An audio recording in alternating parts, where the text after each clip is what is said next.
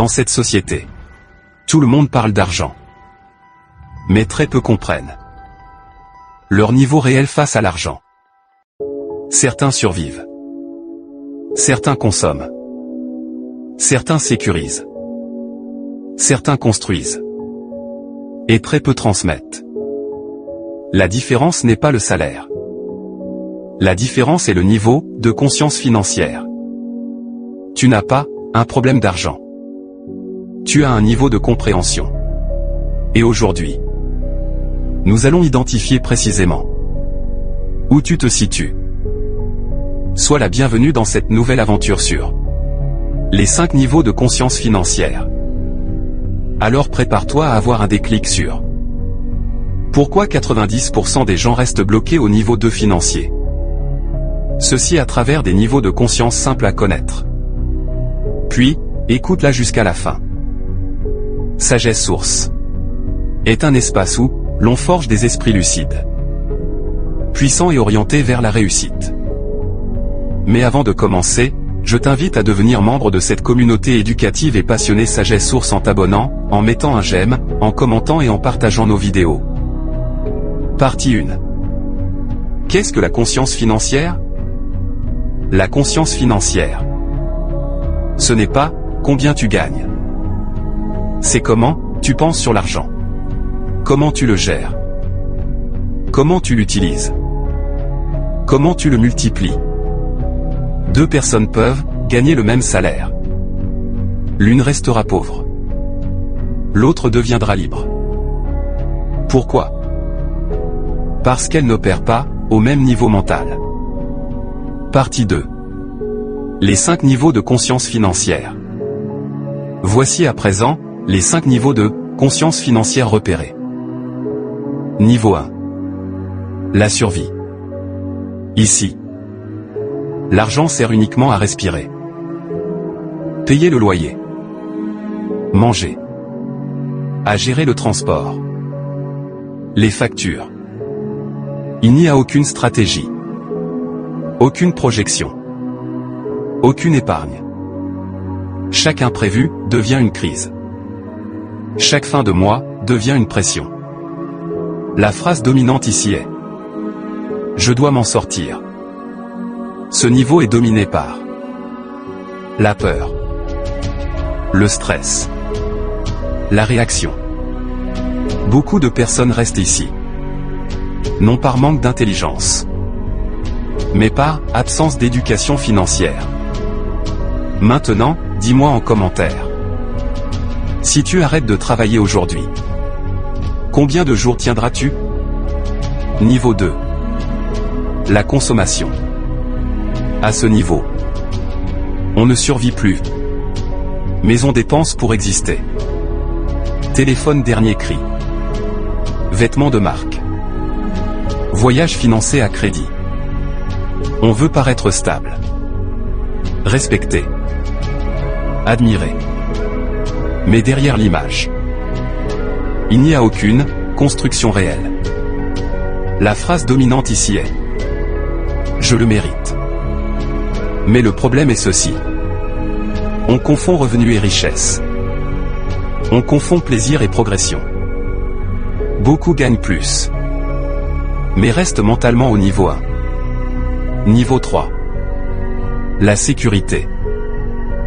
À ce stade, quelque chose change. On commence à prévoir les fonds d'urgence, une épargne, des assurances. On pense aux imprévus. On cherche la stabilité. On pense beaucoup plus à « Je veux être tranquille ». C'est un bon niveau. Mais ce n'est pas encore la liberté. Pourquoi? Parce que l'argent est protégé. Mais il ne travaille pas encore massivement. Niveau 4. La croissance. À cette étape, on comprend un principe fondamental. L'argent doit produire de l'argent. On investit. On développe des compétences rares. On crée des flux multiples. On structure. On optimise fiscalement. On pense en années, pas en semaines. L'idée qui nous traverse l'esprit est: comment faire travailler mon capital? À ce niveau, on devient stratège. On quitte la réaction. On entre dans la construction. Mais, il existe un dernier niveau. Et très peu y accèdent. Niveau 5. La transmission. Ici, on ne pense plus seulement à soi. On pense en termes de génération, de patrimoine, d'éducation financière des enfants, de structure légale, de fondation et d'impact. Mais la phrase dominante ici est: que restera-t-il après moi? À ce niveau, l'argent devient un outil d'influence positive. On ne cherche plus à impressionner. On cherche à bâtir durablement. La vérité brutale est la suivante. Beaucoup veulent les résultats du niveau 4. Avec la mentalité du niveau 2. C'est impossible. Tu ne changes pas de vie en gardant la même conscience. La richesse durable est d'abord un changement de niveau mental. Partie 3. Comment passer au niveau supérieur? Pour cela, il faut 1. Une éducation financière continue. 2. Une discipline dans la gestion. 3. Un contrôle émotionnel. 4. Une vision à long terme. 5. Un environnement stratégique. On ne saute pas les niveaux. On les construit. La richesse n'est pas un événement. C'est une évolution de conscience. Et la vraie question n'est pas: combien gagnes-tu? Mais: à quel niveau penses-tu? Merci d'avoir regardé ce contenu sur Sagesse Source. Dis-moi en commentaire: à quel niveau te situes-tu aujourd'hui? Et surtout, quel niveau veux-tu atteindre d'ici 5 ans? Écris: dès aujourd'hui, je quitte mon niveau actuel pour entrer au niveau 5. Partage tes expériences car elles peuvent guérir quelqu'un. En mettant en pratique toutes les leçons retenues dans cette vidéo, tu pourras mieux comprendre les 5 niveaux de conscience financière qui séparent les puissants des faibles. Cette vidéo a été écrite et réalisée par Desjans Junior.